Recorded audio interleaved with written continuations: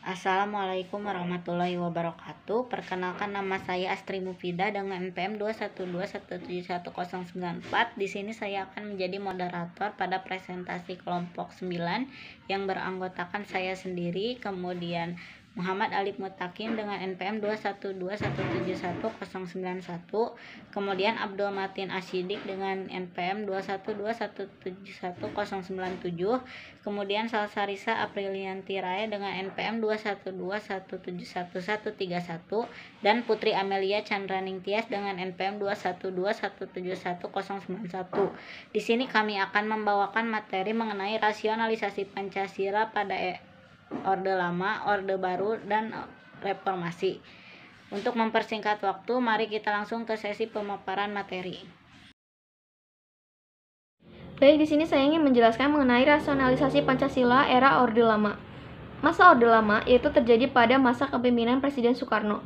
Pancasila pada saat itu berusaha untuk dibangun dan dijadikan sebagai keyakinan dan kepribadian bangsa Indonesia. Presiden Soekarno menyampaikan perihal bahwa Pancasila belum dapat membuat bangsa Indonesia menuju arah kesejahteraan. Namun, Presiden Soekarno berani untuk membawa konsep Pancasila menjadi ideologi bangsa Indonesia. Pancasila berkembang di situasi dunia yang pada saat itu diliputi oleh kekacauan dan kondisi sosial budaya dalam keadaan transisional dari masyarakat jajahan menjadi masyarakat yang merdeka. Rakyat Indonesia memiliki nilai persatuan dan kesatuan yang tinggi saat menghadapi Belanda. Namun, ketika bangsa Indonesia dapat mengusir penjajah, bangsa Indonesia mulai mendapatkan tantangan dari dalam, berupa tidak dapatnya terlaksana musyawarah dan mufakat karena diterapkannya demokrasi parlementer. Hal tersebut menyebabkan tidak adanya stabilitas pemerintahan. Persatuan bangsa Indonesia mulai diuji ketika munculnya pengganti Pancasila dengan paham komunis oleh PKI melalui pemberontakan di Madiun pada tahun 1948 dan adanya DITII yang berusaha untuk mendirikan negara Islam. Pada tahun 1950 sampai 1955, penerapan Pancasila mulai diarahkan sebagai ideologi liberal. Bangsa Indonesia mendapatkan tantangan dengan munculnya pemberontakan oleh RMS, PRRI, dan Permesta yang ingin melepaskan diri. Pada bidang politik tahun 1955, demokrasi berjalan baik dengan adanya pemilihan umum yang demokratis. Namun hal ini menyebabkan krisis politik, ekonomi, dan keamanan yang dikarenakan anggotanya konstituasi tidak dapat menyusun undang-undang dasar seperti apa yang diharapkan. Pada periode demokrasi terpimpin, demokrasi tidak berada pada kekuasaan rakyat yang merupakan amanah nilai Pancasila. Kepemimpinan berada di kekuasaan pribadi Soekarno melalui dekret presiden. Hal ini menyebabkan terjadinya penyimpangan mengenai penafsiran pada Pancasila dalam konstitusi. Pada masa ini terjadi pemerosotan moral yang tidak mencerminkan nilai-nilai Pancasila dan usaha untuk mengganti Pancasila dengan ideologi lain.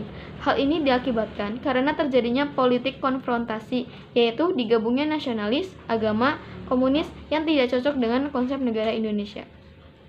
Pada akhir 1950-an, Pancasila telah dimanfaatkan sebagai senjata ideologis untuk mendelegitimasi tuntutan Islam dalam pengakuan negara atas Islam. Presiden Soekarno membubarkan partai Islam seperti Masyumi karena adanya tuduhan ikut dalam pemberontakan ideologi Islam. Kepentingan politis dan ideologis berlawanan antara Presiden Soekarno, militer, PKI, dan serta kelompok Islam yang menimbulkan struktur politik yang labil pada awal tahun 1960 dan melahirkan G30 SPKI. Selanjutnya, rasionalisasi Pancasila era Orde Baru.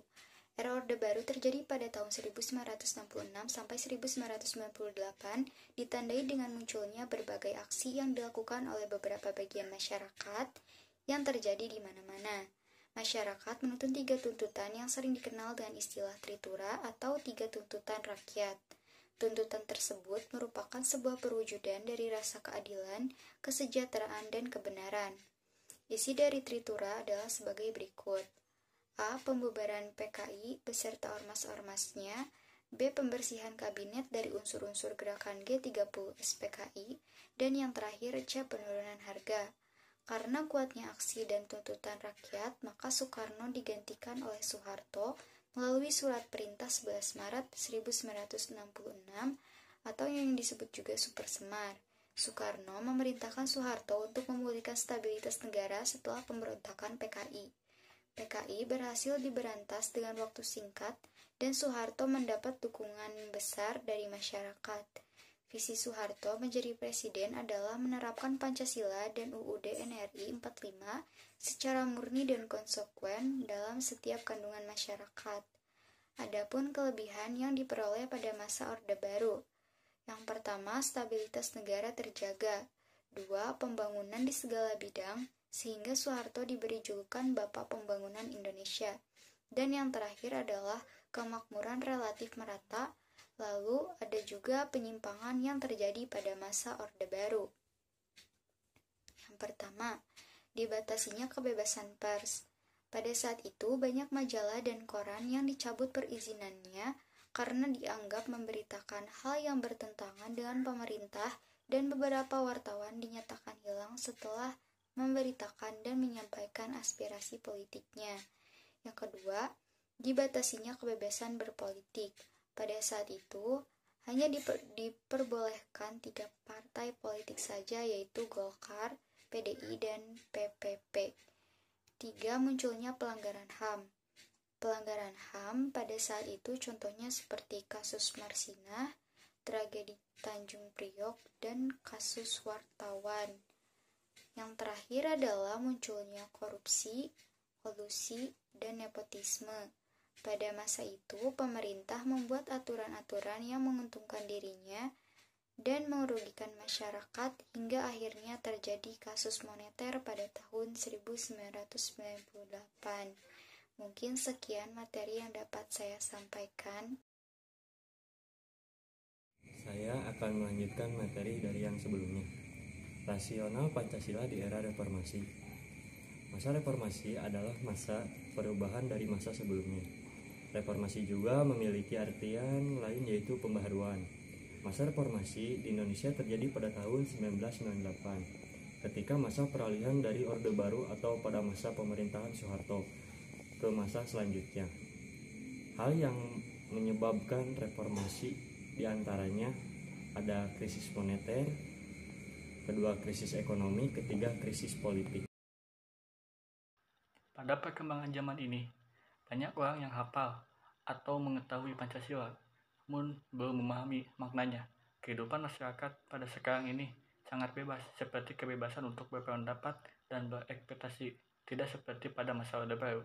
Hal tersebut memang dapat menimbulkan kreativitas masyarakat, namun juga dapat menimbulkan dampak negatif seperti pergaulan bebas, bertutur kata kasar, peredaran narkoba, dan miras, sehingga membuat menurunnya moral.